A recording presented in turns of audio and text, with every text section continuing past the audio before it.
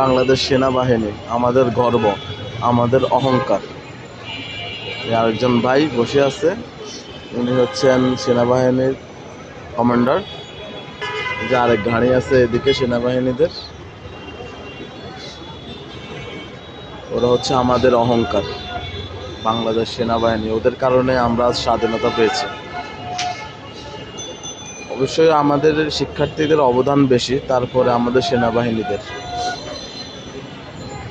আরেক গাড়ি হচ্ছে এদিকে, এই যে ওনারা গাড়ির ভিতরে বসে আছে, সবার অস্ত্র হাতে সবাই বসে আছে, দেখতেছে কেউ সিন্ডিকেট করে কিনা।